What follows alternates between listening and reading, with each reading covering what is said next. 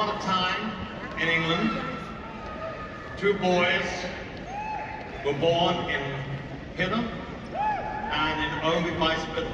Pinner was in North London, Omby by Spittal was 100 miles away in Lincolnshire. Little did they know, as they were growing up, what would happen to them, what was in store for them. They could never have dreamed in a billion years what was in store for their life, their friendship, an incredible adventure. It all started when I answered an advertisement in the New Visual Express in England for songwriters and lyricists and singers wanted by Liberty Records, who were forming an independent label in England. And I was in a band called Bluesology that was going nowhere, and I was fed up, and I thought, well, I've written 2 songs, maybe I can write a song, and so I answered the advertisement and got an appointment. And I went up there shaking, because at that time, I would never say boo to a goose, and I just believe I was actually going for an audition up in London. And I went into the office, and Ray Williams was sitting behind the desk and said, what do you do? And I said, well, I can sing, and I can write, but I can't write lyrics. I'm terrible at lyrics. And we talked for a few minutes, and on the desk in front of him was a pile of lyrics in brown manila envelopes, stacks of reel-to-reel tapes. It was, you know, when you ask for songwriters and singers, and you say, please send them, you get inundated with crap. But Ray picked up an envelope from the middle of the pile and said, this guy lives in Lincolnshire, have a look at these. I went home, read them on the train, and thought, these are amazing. It was the years of the 60s, Broken Heart, the Beatles, esoteric, and I really liked them. And I went home to my parents' flat in Pinner and started to write songs. And it clicked straight away. I could write songs to lyrics. The visual, the words, the visuals that leapt off the page suited me entirely. So eventually, I got to meet this young man who came down from Lincoln. And it was one of the greatest moments of my life, because not only did we become the greatest of friends, and still are, who love each other dearly, but we wrote songs that got better and better and better. We had struggles.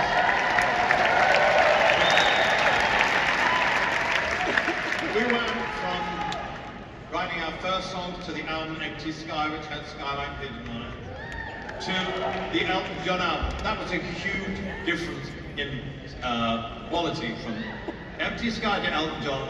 How did we take that leap in such a short time? But we did, and we clicked. We used to go to the cinema together, we used to go and see shows, we used to go to live concerts. It was he was the friend I never had. I never had a best friend at school, really. So he became my best friend and my lyricist. And people have always said to me, well, you know, you're quite verbose. Why do you need to write lyrics? Why can't you write lyrics? I think that's one of the greatest insults to people who can write lyrics. Because if you think of all the great lyricists from the beginning of time, since popular music began, they are something else. Now, our success story is what it is, you all know. And through the years, we grew and we grew and we grew. And we climbed mountains that we never thought were possible to climb. And we scaled heights that we never thought were possible to scale. And throughout that time, we never, ever really had an argument. He was disgusted with my behavior, yes, but that's a given. But you know, to this day, we are still growing as a partnership. We've just finished an album in Los Angeles about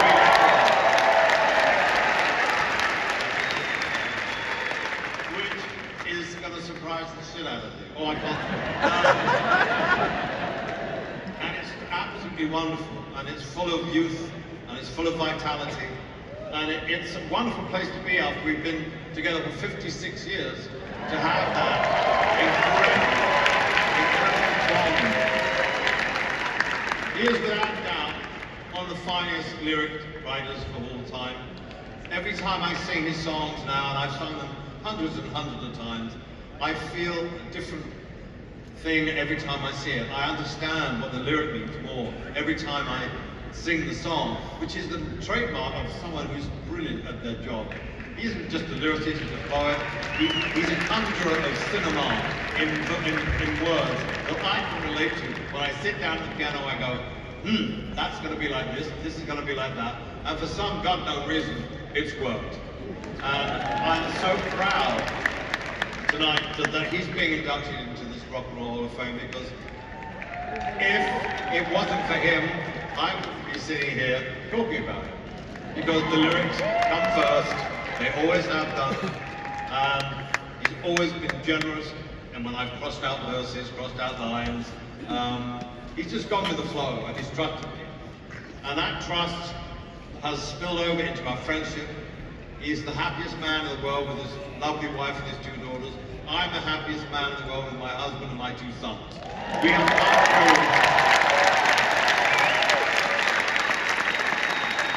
through, and there's been a lot of tempestuous weather in our relationship, not between us, but with other things interfering. But I can honestly say, this is one of the greatest things that changed my life. The thing that changed my life completely was meeting Bernie Taupin.